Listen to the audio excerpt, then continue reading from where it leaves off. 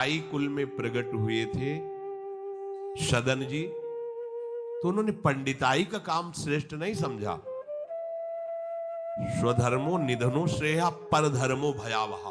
वो अपना धर्म का, ऐसे ज्ञानी महात्मा थे कि बड़े बड़े संत उनसे सत्संग करने जाते थे और ऐसी निष्ठा थी कि विचलित नहीं हुए, हाथ कटवाले विचलित नहीं हुए।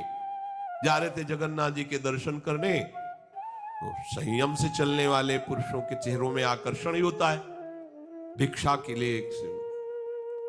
तो एक माता ने देखा तो आकर्षित हो गई, उसने कहा यहीं पा लीजिए भिक्षा। संत हृदय उनका पा लिया। तो आप कहां जा रहे हैं? जगन्नाथ जी के दर्शन। तो अब तो शाम होने वाली, यहीं रुक जाइए, कल चले जाना। बड़ा भाव देखा, रुक गए। वो रात्रि में उनके पास आई, गलत भावना प्रकट की, तो कहा कि तुमको तो ऐसा सोचना भी नहीं चाहिए, तुम्हारे तो पति विराजमान है।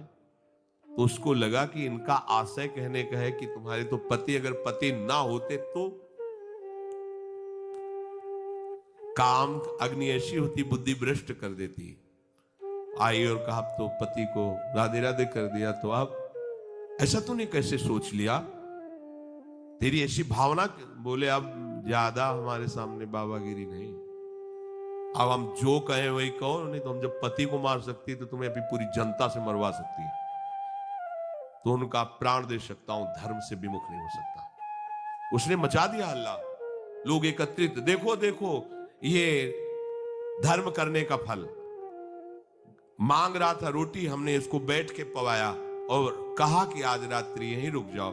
रात्रि में रुका, हमारे साथ गंदा आचरण करना चाहा, पति ने विरोध किया, पति का गला काट दिया। और जाल रचने में माया को देर लगती है क्या? वो मुस्कुरा रहे थे।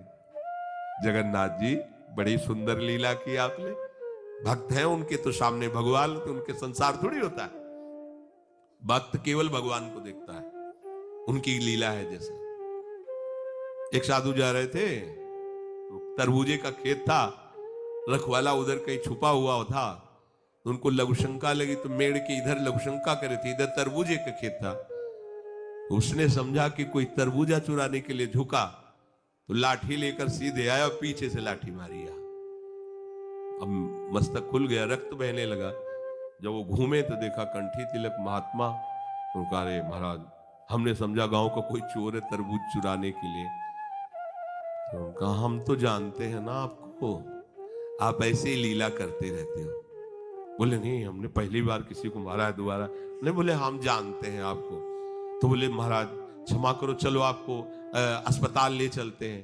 बोले ये भी हम जानते हैं आपको। अब वो तो अपने भाव में वहां ले गए, डॉक्टर ने पट्टी लगाई और एक आदमी आया और उसने कहा साधु को कोई ऐसा पीड़ा दे सकता है? तुम चिंता मत करो। गरम दूध लाया, मीठा करके पिलाया। कहा महाराज आप चिंता मत। बोले हमें चिंता नहीं, लेकिन हम तुम्हें देख करके कह रहे इतना छलिया हो तुम। मतलब हमने क्या, दूध है, चीनी है, इसमें मिला दिया हमने, कोई और तो इसमें जहर तो मिलाया नहीं। हम जान रहे हैं ना, तुम ही हो पहले लाठी से मारा, फिर अस्पताल लाए, तुम ही ने पट्टी बांधी और तुम ही हमें दूध पिला। बोले महाराज नहीं, ऐसा ऐसा करके फंसा क्यों रहे हो हमको? हमने ऐसा। बोले हम तो अब तुम हमें भुलावे में नहीं डाल सकते, तुम ही हो, तुम ही हो। वो अपने भाव में है, वो सामने वाले के। तो साधु अपने भाव में होता है। तो सदन जी आनंदित है, हे भगवान ये तुम्हारी लीला है।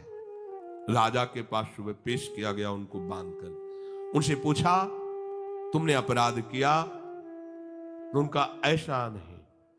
बोले ये आपके, तो बोले जो कह रही है इसमें भी भगवान की कृपा है। अब वो इस बात को समझ नहीं पाए। एक बार उन्होंने कह दिया ऐसा नहीं, पर जब दोबारा कि ये तो सत्य कह रही है, तो उनका ये भी भगवान की इच्छा होगी, इसमें भी भगवान की कृपा है।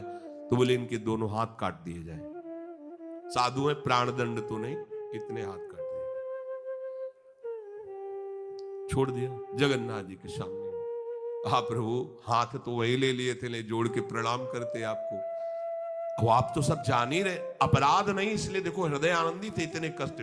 और जे भी ऐसे हाथ जोड़ने को किया, नवीन हाथ जागृत हो गए। और भगवान प्रसन्न होकर के, भगवान जब बातचीत करते हैं तो यही बातचीत अपने से होने लगे, तो आप नहीं सुन पाएंगे, जिससे होगी वही सुन पाए। भगवान ने कहा तुम्हारा हमारे प्रति तनिक भी रोष नहीं आया कि बिना किसी गलती के तुम्हारे ऊपर आरोप और ये दंड। बोले प्रभु हर चेष्टा में मुझे आपका प्यार दिखाई देता है। तो वो करके इतने बड़े महात्मा है कि जहां आप भयभीत हो जाएंगे भैया वो ऐसे तो हम धर्म से चलते हैं, पर अब सब जान जाएंगे दंड मिलेगा, इससे अच्छा चल भैया जैसा थे। नहीं, प्राण चले जाएंगे धर्म। और कार्य क्या करते हैं, ये अपने कर्म को छोटा मत समझो, चाहे किसानी हो चाहे व्यापार हो, छोटी सी दुकान है, अच्छा है, नाम जप कर रहे हो, 10 20 50 100 जो भी मिले, आटा दाल नमक रोटी खाओ पियो, तुम्हारा परिवार आगे चलकर बहुत उन्नति को प्राप्त होगा। बेईमानी करके अधर्म आचरण कर करो तो भैया देख लेना, ऐसा होगा कि तुम सोचोगे कि हमने पाप किया है। सोचोगे एक दिन तुम्हें बैठ के रोना पड़ेगा अपने परिवार के लिए जिनके लिए तुम पाप आचरण करते हो।